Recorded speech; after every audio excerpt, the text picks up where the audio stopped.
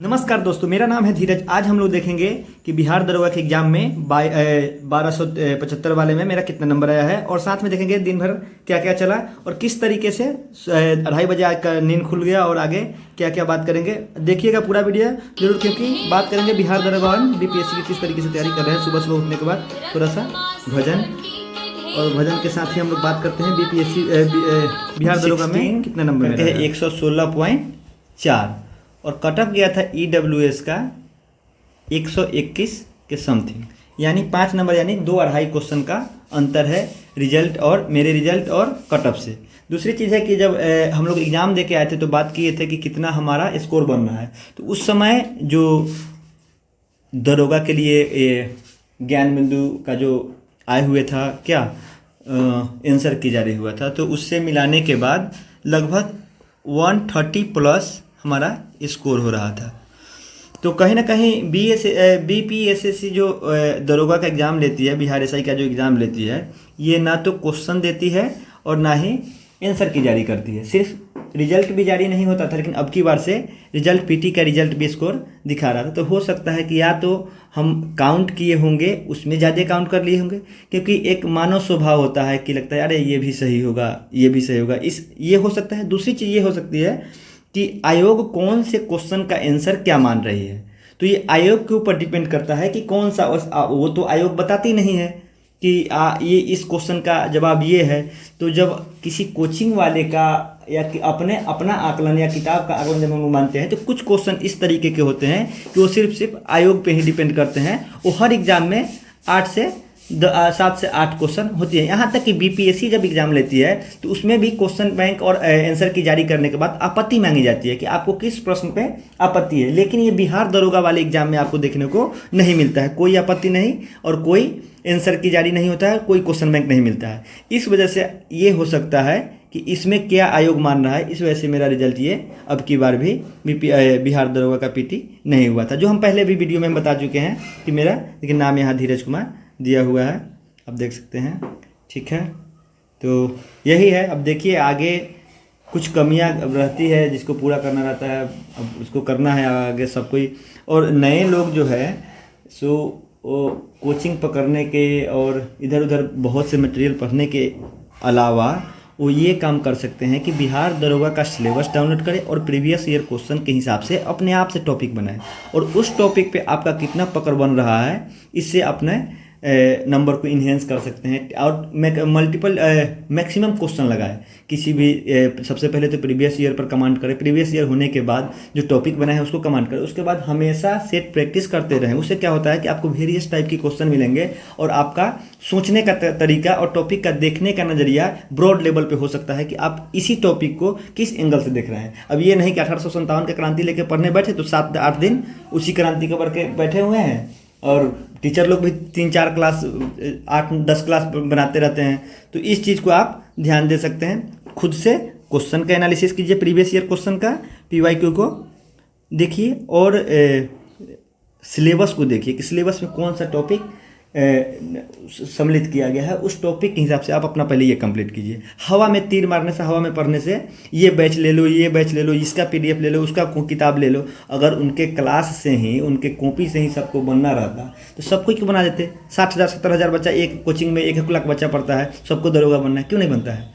तो कुछ अपना एफर्ट नहीं कीजिएगा तब तक कुछ नहीं होगा। जो भी बच्चे का सिलेक्शन होता है वो 4-5 बार से ट्राई कर रहे होते हैं, और कहीं ना कहीं उनका अपना योगदान महत्वपूर्ण होता है, ना कि कोचिंग का। कोचिंग एक मार्गदर्शन कर सकता है फ्रेशर के लिए, लेकिन जब टाइम कम हो, अब एग्ज़ाम होने, दरोगा का नोटिफिकेशन आने ही वाला है, मैंने 6 महीना के अंदर एग्ज़ाम होगा। अब 6 महीना में आप 1.5 साल का कोर्स खरीदिएगा। अब 6 महीना में एग्जाम होगा या 7 महीना में होगा, आप 1.5 साल का कोर्स खरीद रहे हैं। अब 1.5 साल आप पढ़िएगा तो समझिए 1/3 भी तो नहीं पढ़ पाइएगा, सिलेबस कंप्लीट होगा तो कि फिर ना आपको ठीक से तैयारी हो पाएगी और ना ही आप कोचिंग के साथ जस्टिस कर सकते हैं कि उसका पढ़ के रिवीजन करे, उसका टेस्ट दे। तो अपने हिसाब से सब कोई का अपना वीकनेस होता है, अपना स्ट्रॉन्गनेस होता है, तो अपने हिसाब से आपको करना है कि अपना आकलन करके कि हम कहाँ हैं और कहाँ स्टैंड कर रहे हैं। इंटरव्यू में बहुत बच्चे दिखाते रहते हैं, तो उनका भाई बैकग्राउंड भी देखना है कि वो क्या क्या चीज़ का एग्जाम पहले निकाल चुके हैं, किस किस चीज़ का तैयारी कर चुके हैं, कितने दिनों से लगे हुए हैं।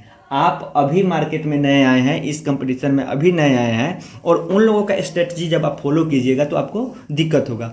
अपने समानांतर जो लो लेवल पे बात करें, जिस लेवल पे आप है उस लेवल का कोई मिल रहा है चाहे उस संघर्ष से कुछ आगे का है, तो उनसे आप राय ले सकते हैं कि हमारे लिए अपना बता के कि हमारा यहाँ तक रीच है, हम यहाँ तक कर पाते हैं, हम क्या करें, कैसे पढ़ें। अब स्ट्रेटजी टॉपर का तो अपनाया जा सकता है, लेकिन टॉपर किस लायक पहले से था वो तो देखना होगा ना, कि पहले से सीबीएसई बोर्ड से पढ़ा है, बिहार बोर्ड से पढ़ा है, इंटर में क्या है, उससे पहले क्या क्या एग्जाम वो निकाल चुका है।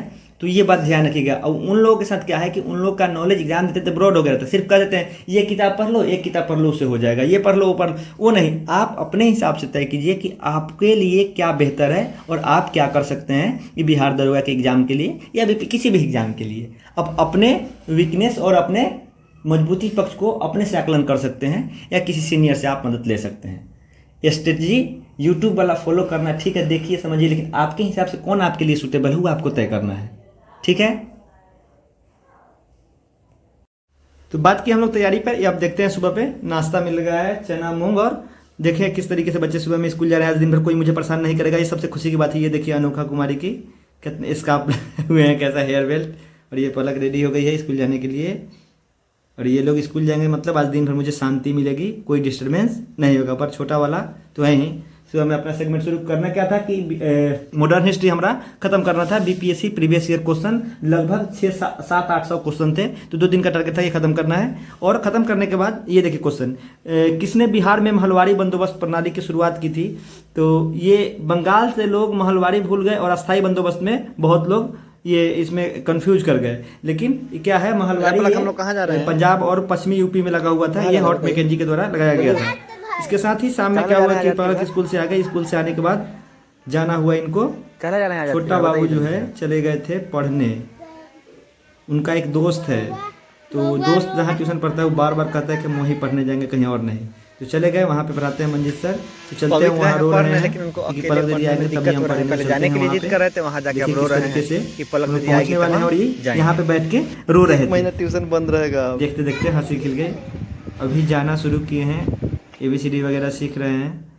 फिर शाम में जाना हुआ बाजार जाते समय इस बच्ची का चैन उतर गया था। फिर चैन लगाने के बाद ही हम लोग को चलना है देवरिया में कुछ नॉनवेज लेना है। मछली खाने के शौकीन है तो सबसे पहले जाते हैं मछली बाजार में। ये देखिए इसको बघवा मछली कहते हैं, 400 रुपये केजी मिलता है। साथ में रोहू कट रहा है एकदम फ्रेश जिंदा, देख रहे हैं अभी गिल्स इसका हिल ही रहा है। और बाजार किस तरीके से होते हैं हमारे गाँव में, ये देख सकते हैं देवरिया का बाजार है। इस तरीके से साउंड भी इसका कितना सुनाई दे रहा है। इसके बाद हम लोग बाजार से चले जाते हैं वापस। अब दिखाएंगे हम लोग कि किस तरीके से हम नोट्स बनाते हैं पढ़ने के बाद। तो ये है महात्मा गांधी द्वारा 1940 में प्रारंभ किया गया व्यक्तिगत सत्याग्रह के तीसरे सत्याग्रही कौन थे। इसका आंसर ब्रह्मदत्त था, लेकिन ये पहले पूछ चुका था यूपी PCS में। तो अब घटना चक्र जब बनाए थे तो उसमें हमको ध्यान था, और बिहार दरोगा में भी सेम डिट्टो यही क्वेश्चन पूछे हुए था। तो घटना चक्र जो प्रीवियस ईयर क्वेश्चन है किसी भी अलग एग्जाम के, वो बहुत महत्वपूर्ण हो जाते हैं। साथ में ये देखेंगे ये भारत छोड़ो आंदोलन की उस समय ये भी क्वेश्चन जो है पहले पूछा गया था, फिर अभी हाल में 68 BPSC में भी ये पूछा गया था। तो हम जिस समय क्वेश्चन लगाते हैं तो छोटा छोटा नोट जो याद नहीं रहने वाला चीज़ है, इस तरीके से हम अपना 4-5 पन्ने का नोट्स बना लेते हैं, क्योंकि जो याद है उसको लिखने का बार बार पढ़ने का कोई मतलब है नहीं, जो नहीं याद है उसको लिख के इस तरीके से। तो टोटल हम लोग 700-800 क्वेश्चन लगाए हैं। 700-800 क्वेश्चन से हमको नोट्स बना है 3 से 4 पेज का। ये देख सकते हैं, ये क्या है, शॉर्ट नोट्स होगा। जब काफी आप पढ़ते रहते हैं, क्वेश्चन लगाते रहते हैं, तो बाकी चीजें आपको याद रहती है। कुछ चीज होती है हमेशा कंफ्यूज होते रहते हैं। तो हम लोग का टारगेट आज पूरा हो गया है जो लगाना था। इतिहास से प्राचीन, मध्यकालीन और आधुनिक भारत के जो भी क्वेश्चन थे सारे लगा चुके हैं। अब लगाना है क्या, अब लगाएंगे अगले दिन, बात करते हैं कि अब आगे क्या करना है। तो मिलते हैं दोस्तों। अब हो गई है रात के 10 बजने वाली है, तो अब सोने का टाइम हो गया है। तो मिलते हैं अगले दिन में, और ये भी बताएंगे अगले दिन की घटना चक्र क्वेश्चन लगाने के बाद हम इतिहास के लिए और कौन से बुक को प्रेफर कर रहे हैं।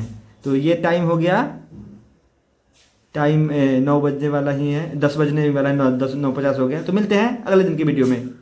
धन्यवाद दोस्तों।